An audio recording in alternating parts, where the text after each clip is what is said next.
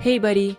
Secure Shell or SSH is a network protocol that lets us control a server without physically interacting with it. Most of the servers on the internet use this protocol to receive commands from a system administrator. The communication is securely done between an SSH client and an SSH server. Having security issues in your SSH server is a fatal problem as it lets anyone get complete access to the server and sometimes compromising even the root account of the server. This video is the first video in a playlist named Securing SSH Server. In this video, I will explain some of the options and what they do in your SSH server config file, as well as make some changes to improve the security. In the next two videos, I will show you how to implement SSH public-private key pair authentication, and we will be installing fail to ban to protect our server. Firstly, let's open a terminal. Let's log into my server, for which I will use the command ssh wasant at 192.168.0.104. Here, SSH is the command, Wasant is the user, and everything after the @ symbol is my server's IP address. If you haven't configured your SSH server yet, by default it will ask you the password for the user you want to log in as. Now that we are connected to the server, let's open the SSH server's configuration file and make some changes. To open your SSH server's config file, run the command sudo nano/etc/ssh/sshd_config. As this file is not in your home directory, it will ask you again for your password. This is the default SSH server configuration that comes with an Ubuntu server. Depending on the Linux distribution running on the server, this config file may be slightly different. The first thing we do here is to change the SSH server's listening port. There are several automated bots that keep trying different usernames and passwords randomly on the internet. If you are using an IPv4, then you will almost certainly get constant SSH attempts with different usernames and passwords to your server. If you have a weak username and password, these bots can log into your server and do a wide variety of damage. In case that you have a strong username and password, your server's memory and processing power gets wasted as it constantly keeps checking if random usernames and passwords are correct and keeps rejecting them. All these bots target the default SSH port, which is 22, as most servers by default have this port open and listening. So changing the port to a random 5-digit number which is below 60,000 is a great way to prevent bots on the internet randomly trying to log into your server. To do that, let's uncomment the port key on the config file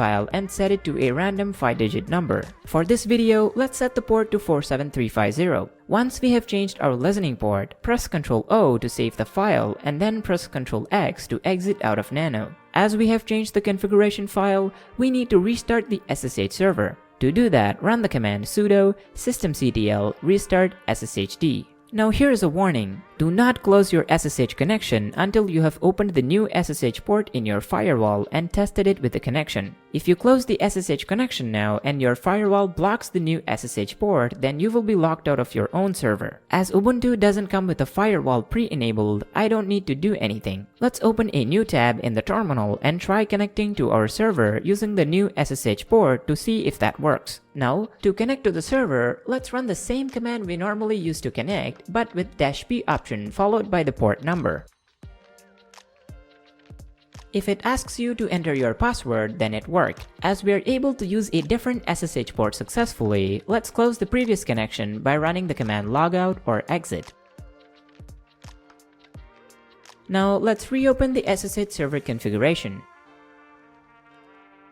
So the SSH protocol has two versions, 1 and 2. The version 1 is no longer secure and safe to use, but by default, SSH server enables both versions, which means if a client prefers to connect through protocol version 1, then the server would accept the connection. We want to disable SSH protocol version 1 and only accept a connection with the protocol version 2, which is secure. To do that, under the port key, add a new key named protocol with the capital P and set it to 2.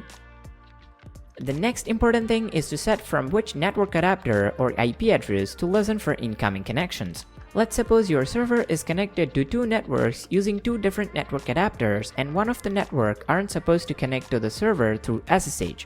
you can set the listen address to that of the network adapter, so any connections that do not come from that network adapter are ignored. Although I feel like using a firewall to control the listening is a better and more secure way to do this. Just to show you how to set the listen address, let's save and close the nano editor. Now let's run the command ipaddr to see what network adapters are detected and what their IPs are. Ignoring the localhost loopback adapter, this server only has one network adapter, which is ENP0S3 with an IP address of 192.168.0.104. Once we know the IP address of the network adapter through which we want to allow SSH incoming connections, let's reopen the config file and set the listen address to the IP address of the allowed network adapter.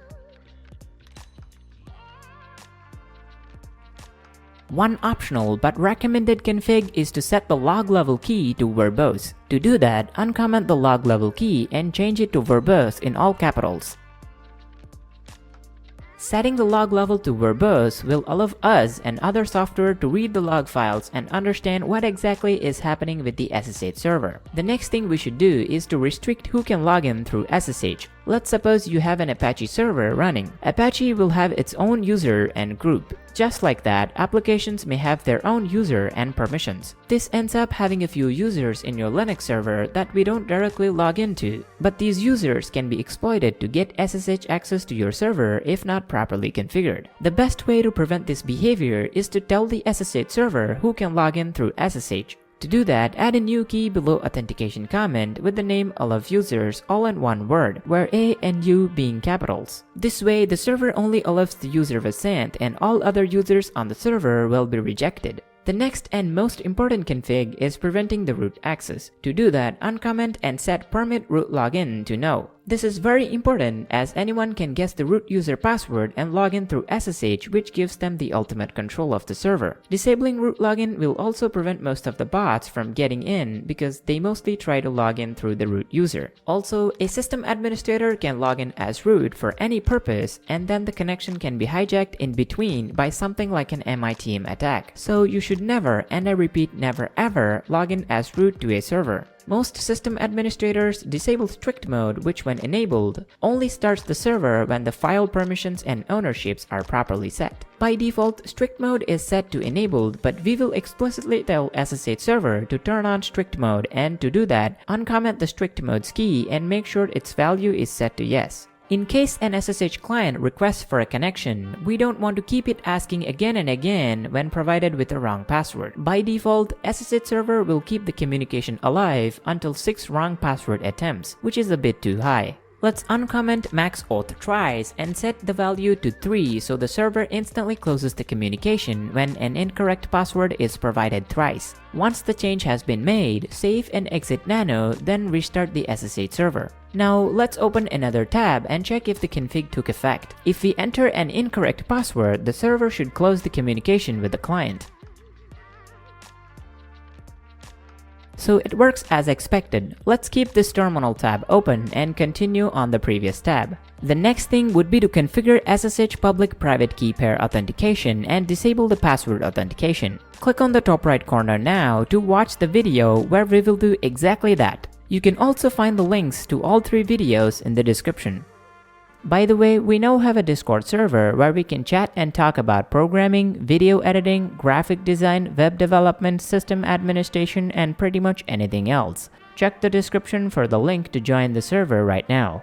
Although users on a server will certainly have a password, it would be better to tell SSH server to deny empty passwords just in case. To do that, uncomment the permit empty passwords key and make sure its value is set to no. Now we will skip over the Kubros and GSS API options as I don't use them myself and I don't expect a beginner to use them as well. If you use Kubros or GSS API, please explain in the comments what they are and what's the advantage of using them. If you have X server installed on the server, or basically if your server has GUI, SSH has the ability to forward X11 to you when you're connected. But as most servers don't have a graphical environment installed, having this forwarding can create a security hole. To disable that, set X11 forwarding to no.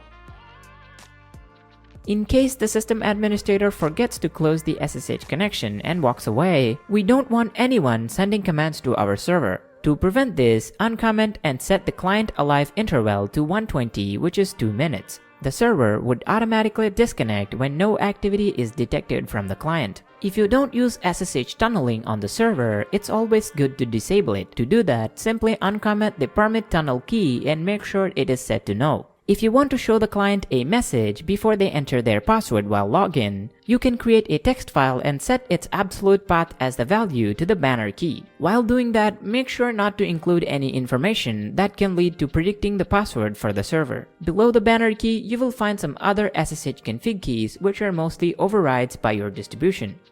Once you're done modifying your SSH server config file, you should restart the SSH server using the command sudo systemctl restart sshd, and only then modified configuration will start to take effect. To read more about how you can secure SSH servers, please check out the description.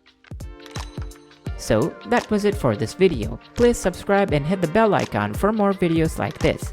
This is Vasan Developer signing off.